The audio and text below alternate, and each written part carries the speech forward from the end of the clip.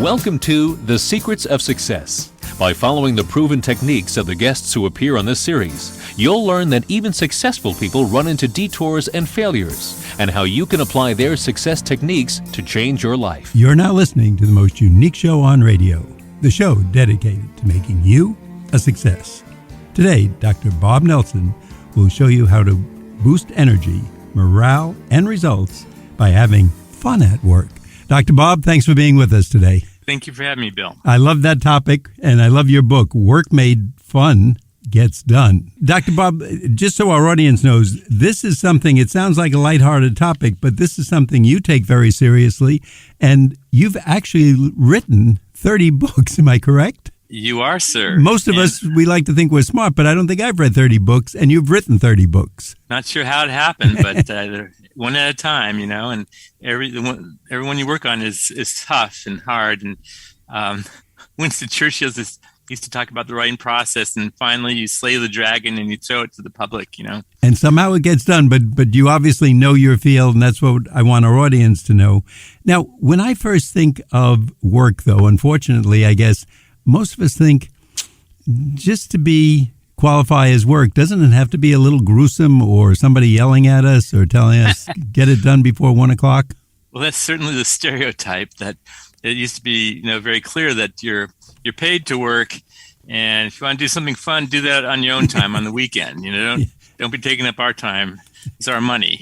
No fun around here, right? Work is serious. Yes. So when the CEO of Morgan Stanley says, as he did recently, if you can have dinner in New York City, you can come to work in New York City. And it's like, well, okay, that's a little bit tone deaf right now with what's all that's going on. And I'm not sure that is the best strategy if you want to hold on to your talent.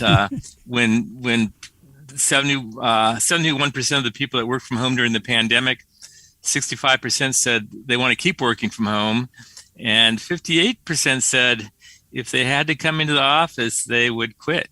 Wow. Find another job. Yeah. So we'll see. I guess if you pay people enough, you could do anything, I guess. But for a lot of people, it's being called the Great Resignation. And in just the last 3-4 months, some 11 million American workers have quit their jobs. And I think part of it's having gone through the pandemic, we had a lot more time to think about our life and be with our family. And I don't know how many people are ready to rush back to the rat race and a 2-hour commute and stuff like that. So I can see a lot more books coming from you in the following years, all that this is, because this is such a time of change. In fact, that was my next question. How and if the pandemic actually changed some of these rules not rules really, but, having fun at work, ways to do it, and just the way we look at things. Well, of course, there's a lot more virtual, and we have a whole chapter in the book on virtual things you can do to have fun. And a lot of people are using Zoom and related technology, and you can do, if you put your mind to it, you can have fun in anything you're doing. So it kind of starts with between your ears of having an attitude of it's not a waste of time. It's actually, it lightens the load and it makes it more enjoyable for you and for others. And then they enjoy working with you and the work gets done faster. So it's what I've seen and experienced. And at the aspects where I've researched it, that tends to be the truth as well. Just for example, I've done a lot in the recognition area, which is a fun thing to thank someone or praise them for a job well done. What could be easier, great job on that. And yet 85% of today's employees feel overworked and underappreciated. And although it's almost universal, from my research, 99% want to be recognized, want to be thanked, want to be acknowledged when they finish a project or do a good job or bring in a new client, whatever it might be. Only 12% actually say they get meaningful recognition where they work today, even though 80% of managers think they're pretty good at it. So this is part of the problem. We have this, I call it the knowing doing gap, that managers know that people are important and better treat them right, but they end up not doing those things that people need. And so, a well-intentioned manager will say, oh, Jerry finished that project. Boy, he's one of my best people. And he makes a mental note of it, but he doesn't say anything to Jerry, and he doesn't give him anything or mention it from the staff meeting. give him a note, nothing, and Jerry's ready to quit because he's had it. And I find that happens a lot, and it doesn't take much. And the power of the simple things, and in many cases, the common sense things. In the 17th century, it was Voltaire that apparently first said that common sense is not very common. I think we're seeing that today all around us. Oh, absolutely. And it's so sad because you mentioned that just a little comment like, really nice job on that report, or thanks to getting that for me, or staying late last night, and I know it took some extra time to get it out. Wow, that motivates me. I'm ready to go for the rest of the day, and you recognized it, and I spent time or effort or whatever my skill might be producing it or getting it out on time. Yeah, me too. And I'm 65. I'm a grown man. Yet, if I worked hard at something, I like that someone noticed it, or that really helped me. Or I tell you, as a writer, it doesn't take much to keep you going. I had a woman in Indiana sent me an email recently, and she said, "When I read your books, it's like you're personally giving me permission to do the right thing." I love that. I want to put that on my tombstone. That is really one of those good sayings, because I think we almost have to hear it from someone else. We don't believe it if it comes from ourselves or our mom or dad or husband. But if it comes from someone else, you, a known writer, an expert in the field, that means something. So it carries a lot of weight. That I've sold 5 million books, but I tell you that getting that comment from a random reader is as powerful to me. It makes my day, and it makes me want to keep doing this and trying to help people and trying to bring common sense into the workplace, so everyone can have a job that's where they don't hate their work and hate their boss, and which tends to be the norm. So I think there's a lot of reflection going on right now. It's like, what do I want to do with my life? And for a lot of people, it's just really clear that they don't want to do what they have been doing. they got to change something. They're going to change something. Well, now I took a quote out of your book. The stats show that the best places to work, when they do those surveys and that, are all fun places. I won't say all, but a very high percentage. I think it's in the 80s of the percentage, if I remember. 82% for the Best Place to Work Institute out of San Francisco. They do an annual survey of companies, and the companies that rank the highest are put on a list, Best Places to Work in America, that Fortune publishes every year. And each year, the employees that work for those companies, one of the variables asked about is fun. And 82% of the employees that work for the top companies say it's a fun place to work. In fact, the companies that apply for that award that don't get it, kind of the also-rans, if you will, only 62% say it's a fun place to work. So that differential, 20-point differential, is actually one of the most significant variables in the study. So if you're looking to bet on something to make a big difference in your environment that can have you be an employer of choice to better attract, get more from, and hold on to employees, this is a pretty good ticket to check out. Now, Bob, when you talk about a fun place to work, I guess the image from books or TV shows or whatever comes something like either a ping pong table or foosball or something that's strategically placed in the office, or we can go there as we're going to the coffee room or the men's room or something. Free Cokes in the fridge, that type of stuff. Yeah, that's almost a mandate now for a lot of companies. You got to have the ping pong table and stuff. But no, that's very superficial actually, and that might be a nice, and because it's a stress relief and take a quick break. But what I mean is often more just behavioral things. The best things to do tend to be things that don't cost any money. It just takes a little forethought or openness to suggest something or bring it up. I had the president of Belmont College in Nashville. He told me he did a year sabbatical to study high-performing companies. And he came back and he said, one of the things they all had in common is they were fun places. We got to have more fun around here. And he created a fun committee. Got some volunteers. You guys kick around ideas. Tell me what you come up with. If you need some budget, let me know. And off they went. They're now they're in the game. They're going to be doing stuff. Or I had a very similar thing. I I was presenting in Seattle to 800 people. And this woman in the first row looked really familiar. And I asked her, do I know you? And she said, yeah, I heard you speak 6 weeks ago. I had to come tell you what happened. What happened? Well, I left your session and I was so excited. And I said, I'm doing this. I'm not going to ask permission. I'm going to start doing this with the people in my department. And she did. I go, well, what did you do? She goes, well, one of the things we did is we created a happiness committee. It had 5 people on it. They were all anonymous. No one knew who they were, but any one of them could say, it's time to do something. Morale's dipping, or we just closed that deal, whatever it was, it's time to do something. And they did. What types of things would you do? Well, we had a picnic on the roof of the building in downtown Seattle, and we bartered meeting space with a company on the next block over that was a limo company, and they didn't have any meeting space. And how we got limo rides to give people for different things, and they get to meet here once a week. So, and on. And it just had an immediate impact. And there's a buzz in their department and excitement. Some other managers said, "What are you guys doing over there? You guys are like on fire. Hey, come to the next meeting." It took off. And fast forward 18 months from that conversation, that company, Perkins Coie, a law firm, entered the best place to work in America, number 23. Oh, I have a lot of questions on that for you now. But Bob, before we go further, I want to let our audience know, if you're just tuning in, you're listening to The Secrets of Success on the voice of Nassau Community College, 90.3 WHPC. I'm your host, Bill Horan. Our guest today is Dr. Bob Nelson, and he's the author of a book, Work Made Fun Gets Done. And that's what we're talking about, and that's what we're having so much fun about. Bob, can you tell us, one, where we can get the book, and is there a website where we can learn more? Well, sure. The book is available wherever fine books are sold. So that's whether it's Barnes & Noble or Amazon or my website. I've got all my books at discount prices. It's drbobnelson.com, www.drbobnelson. I have an online store, and I sell my books. I give them cheaper from the publisher, so I try to sell them less than Amazon. And then I've got other services. I do speaking, consulting. I did a webinar this morning with the hospital in Kansas.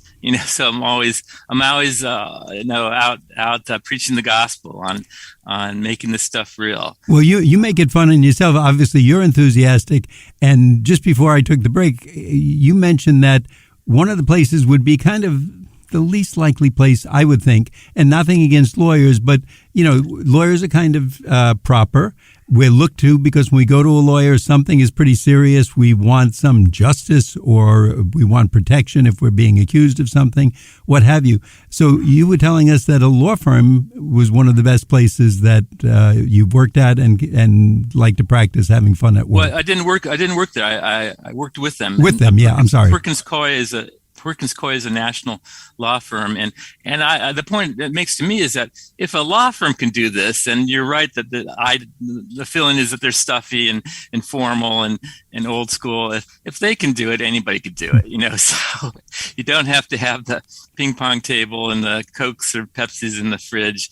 You can get in this game, and in the book we have over 400 real life examples of what it looks like in practice. And we've organized it by things you can individually do with your job to make it more interesting, more fun. Because we all have rote and routine and boring things we have to do, the paperwork or whatever, scheduling, expenses, whatever. And even on that, you can start with the attitude, how can I make this fun?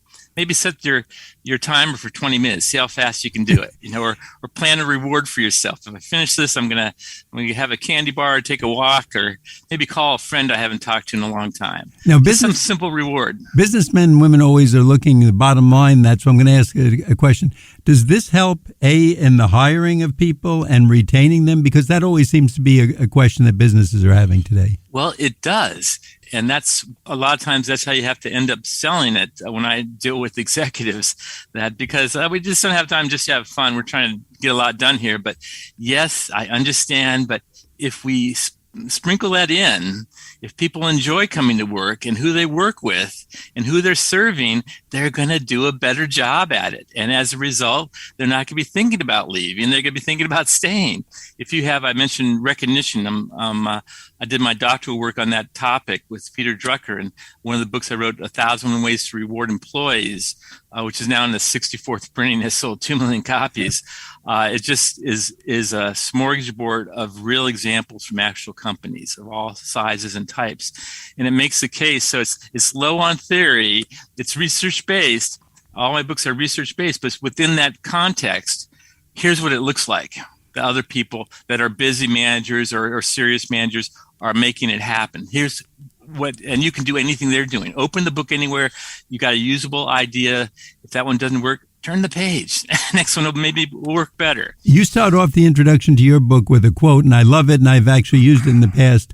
Most people chase success at work thinking it'll make them happy. The truth is, happiness at work will make you successful. And, isn't that great? Oh, it's so good, because I think we all rush down the street trying to be successful, thinking we're going to be happy, and we kind of never catch that. It's like the lightning bug. More money faster, and wow, actually the life you enjoy is happening right now, not in 10 years from now. Focus on the now and do your best at it, but enjoy it along the way, because it's going to go by faster than you think.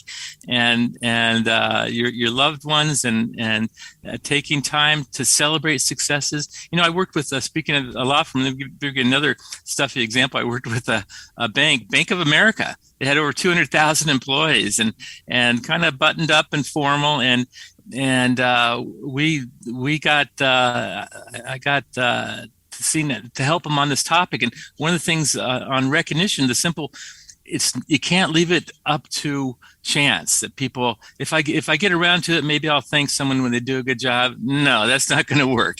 You have to have the radar on in the back of your mind to be looking for opportunities to thank and acknowledge people on your team, and when something happens, or the team, or starting a staff meeting with calling out some successes. And they actually took that to heart, and they started a new policy in the corporation that they said, from now on, whenever you have a meeting, whether it's 3 people or 300, we want you to start with some type of recognition to thank the success for a department, or someone had finished a degree or had a kid. Just a few minutes just to focus on the positive. And it could be that simple. I worked with ESPN, and a manager that said, whenever we start a meeting, we always start the same way. We name 5 things that are going well. 5 things. And usually that's pretty easy, but sometimes it's not, because things aren't going well. They don't skip that step. It's their home room. It's their touchstone, if you will, because if they can do that, and then it gets them pumped up to take on the next challenge on the agenda, because they can show that we can make it happen. We've done it. And so it goes. Or I worked with, working it into your day, into your meetings, into your conversations. This in many ways, all we have to work with is conversation. I just jotted that down. I think for any business, that's a great way to think. Like, what customer was happy yesterday, what patient, what client we closed, and this here from the person that closed it. How'd you do that? Make them feel special. Or I worked with NASA, Johnson Space Systems, last fall, and they're ranked the number 1 best place to work in federal government. Number 1 best place to work. And boy, you didn't have to tell me that. You can feel it when you walked in the building, the energy, what's on the walls, the conversations you hear. And I was in some meetings, and I was in a management meeting. And at the end of the meeting, they said, well, as is our custom, we're going to save the last 10 minutes to go around our group and ask each leader to share one thing they've done to recognize someone on their staff since we last have been together. John, you want to go first? And they did that. You could just feel the energy of the room go up, and the pride of people sharing. And I noticed something else, that this one person goes, hey, that's a good one. I'm going to try that. And they took notes on someone else's idea. Thanks for that one. And they've become, as anyone listening can become, a self-learning organization to get better and better at the things that make people feel special, that brings us together to celebrate. And I tell you, you get it going and get out of the way, because people are going to be motivated. It's going to be easier to hire people. And I started to share the research on because you mentioned about retention. If you have a culture of recognition, where we're doing this all the time, we always thank and we celebrate successes, just if it's something quick, ice cream sundaes or a comment in the hallway, that if you have a culture like that, where that's what we do as a matter of course, research indicates that your employees will be 7 times more likely to stay with the organization. And what is it? Every time you turn over, it's I don't know, $6 or $10 or $20,000, depending on the level that you're hiring, cost to the company. So exactly. So National Society for Human Resource Management puts the cost at 1.5 times a person's annual salary. Oh my gosh! And at a lower level, like a millennial, the cost is easily $12,000, $15,000 to replace someone. You not even counting the fact that whatever training you gave someone just walked out the door. So you got to find the person, then you got to train them, and then it's going to take a while to get up to speed. And so you got a lot invested in that. Hold on to it. Dr. Bob, once again, I'm enjoying this, and I think we should extend the show to an hour today. But I'd like our audience to know, if you're just tuning in, our guest today is Dr. Bob Nelson. He is the author of Work Made Fun Gets Done, and you're listening to him on The Secrets of Success on the voice of Nassau Community College, 90.3 WHPC. I'm Bill Horan, and right now I'm going to ask Dr. Bob where we can get this book, and also your website, where you said you kind of have bargains on the book. Sure. Yes. The book is wherever books are sold. So it could be Barnes and Noble, or there's a great, if you get online, go to bookshop.org, because they promote small bookstores. So you don't have to buy it from Amazon, which sells half the books that are sold. Go to bookstop.org and give a small bookstore some business. Yeah, there you go. You're a good guy. You know they need it, and you'll feel good about doing that. I also have, as you mentioned, I have all my books, and this is my 31st book on my website, which is drbobnelson.com, drbobnelson.com. I have an online store, and they're all discounted. So try to keep them lower than Amazon. There you go. Possible. And to anybody, this is such an inexpensive way to make money, save money, and also have a lot of fun at work. If we're going to spend 40 to 50 to 60, and in some professions, maybe 70 and 80 hours a week at work, why not have fun and enjoy it? Now, Bob, the question, I'm sorry. I was going to say, and that's the expectation of employees today, too, that if I'm giving so much of my time here, I got to get more than just a paycheck. I got to have meaning. I've got to feel respect. I got to feel like I'm part of the team. And that's even more so for the younger generation coming up. The millennials currently make up 2/3 of the workplace, and they have a high expectation to have fun. Some 59% have that as part of the expectation. Someone told me that I thought it was kind of funny, but that definition of millennial is someone that they view work as college plus a paycheck. So they want to have all the freedom they had in college and all the fun, but they want to get paid as well to do it. And so autonomy and taking time with them, helping them learn, talking to them about their future, that stuff is not frivolous. That's important to them. And if you want to hold on to them, you got to do that. The average tenure of a millennial right now is 18 months, about a year, just over under a year and a half. 18 months. Wow. Our fathers and mothers, 30 and 40 years, and the millennials, exactly. 18 months. Exactly. I've worked with companies where the average tenure was 35 years, So if you don't want a revolving door on having to constantly be hiring, and it's funny, I work with some companies and they have such high turnover, their strategy for fixing that problem is to hire more recruiters.